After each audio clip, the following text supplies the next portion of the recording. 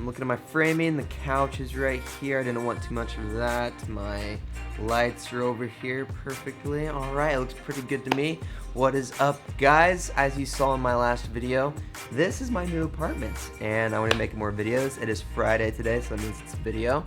And this one's going to be about the best lighting for your home, in my opinion, what I think, and what works for me and what didn't work for me. I have done a lot of real estate photography and videography, and with that I've seen how the lighting in a lot of homes work and what doesn't work and what works for me. Some of the houses turn out really good photo-wise and video-wise, some of them turn out really bad, and that is just totally within the lighting of the home. That's really all that matters for that. Good lighting of a home not only affects the photos or videos you take of it, because not a lot of people do that, but it also affects the type of vibe and tone you are kind of setting for your house, how inviting it is and how warm it can be, how warm feeling at least. Now, bad lighting can make your place feel like a dungeon or a jail cell or hospital, which is something you totally do not want. You want to stay away from that because that doesn't make anybody feel good. So, good lighting really matters for a home in a bunch of different aspects. Totally. So, the number one option for lighting, in my opinion, is natural lighting. Get that lighting from those windows. It looks so good no matter what you do. It looks good all throughout the day. Whenever you're in the home, you don't have to have any lights on, and it just feels really good. And it also looks so good for photos and videos. The house won't look dark and dungeony. It will look so good. This video right now is being lit with natural lighting. I think it looks really good. I'm looking at myself right now. It looks great. It's coming from these two great windows. It's just one setup I can do right here. I can do so many. So here's the first setup, what it looks like. Here's a second option with the window right next to me. And here's option 3. I'm kind of in the middle of my room and still the light looks super good. I can really be anywhere in this room because these two lights are just so massive. Now, how do you set up the windows to make that even happen? Houses have windows everywhere, and even though they have those windows, it can still look like crap inside the house because they're just being blocked off. Here, as you can see, I have these two massive windows. Now, I'm pretty lucky with this room to have these two massive windows that really lets in a lot of light. But when I first came into this home, it looked really dark and dingy because they had these windows and they were covered with blinds.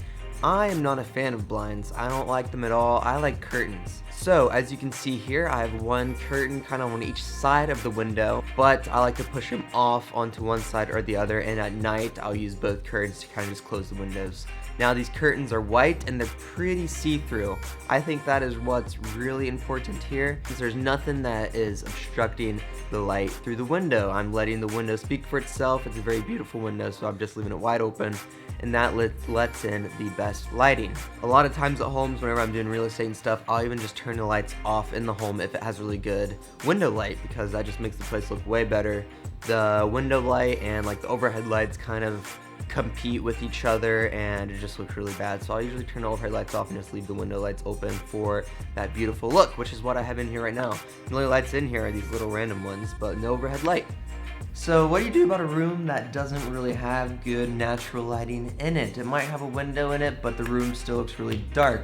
Kind of like my kitchen, which is what I'm in right now. I'm right next to my window, which is the only good light in this room, but my kitchen's so big, it can't really do that by itself. So how else do you light the room? I don't use my overhead light. Nope. For me, what worked for me, I bought these little lights like this Himalayan salt lamp. I'm looking at myself, that's why I keep looking down. It lights up like this, and you can put this really anywhere in the place. And also like little candles like this. These are just random little lights. I'm not in this room too often. I don't need a big giant lamp in here. I don't know why I went lamp, whatever.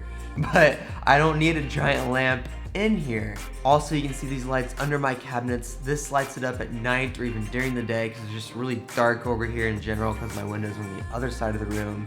But yeah, little lights like that work, and this leads me into my next topic, which is, now how do these lights really complement my room and my space?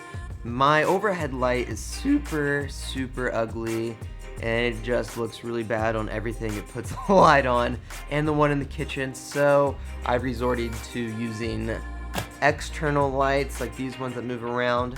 This one you can see, and I have this little guy here. Right, cut. As I was editing this, I noticed that for some reason my video just stopped recording right after this part, and it left out the whole thing I really wanted to say. So now what I was going to say was, oh, this is getting heavy. I'm holding it now. But what I was going to say was the light bulbs and the type of lights that are in your little lamps or your little fixtures, like this one. I don't know if you can see it, but I get orange bulbs because it makes a really warm, homey feel. And something really neat is the lumens of the light bulb. Now what that means is how bright the light bulbs are, and they range from anywhere to like 100 to 1200. So 1200 light bulbs will be super bright, you can even look at it, but 100 light bulb, you can probably just stare right at it and you'll be fine. And what I find that works for me is really low lumen light bulbs. So like the one you see right here, this one is super crazy low. It's only 20 lumens, but you can see straight into the filament. It hardly lets off any light, but it's a little bit orange in the area it's at, which really helps. This one, I don't know how bright I am or anything, but this one's 100 lumens. It's a little bit brighter, but you can still look into the light bulb fairly easily. It lets off a little bit more light, but it doesn't hurt your eyeballs. This one, it's super bright on camera, but it's only 400 lumens. It's in the corner. This thing is blocking it, so I need a little bit higher lumen light bulb. It's still orange, but it lights up the corner a little bit more than, let's say, a 20 lumen light bulb. So that's that. I don't have any super bright light bulbs, but yeah, let's get back to where I was before.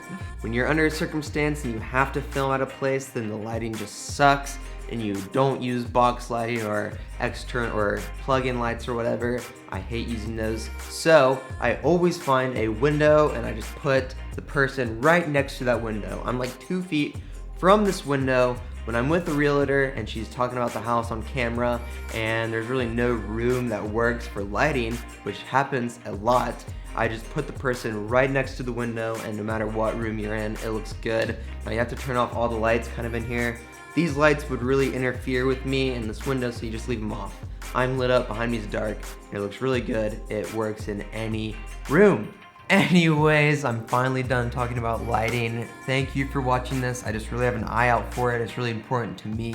I think it should be important to you as well. Those are just a few things I found along the way of me messing with lighting and photography and videography and stuff, and I've just applied that everywhere in my life. Be on the lookout for my next video, which is Tuesday. Please subscribe to me and comment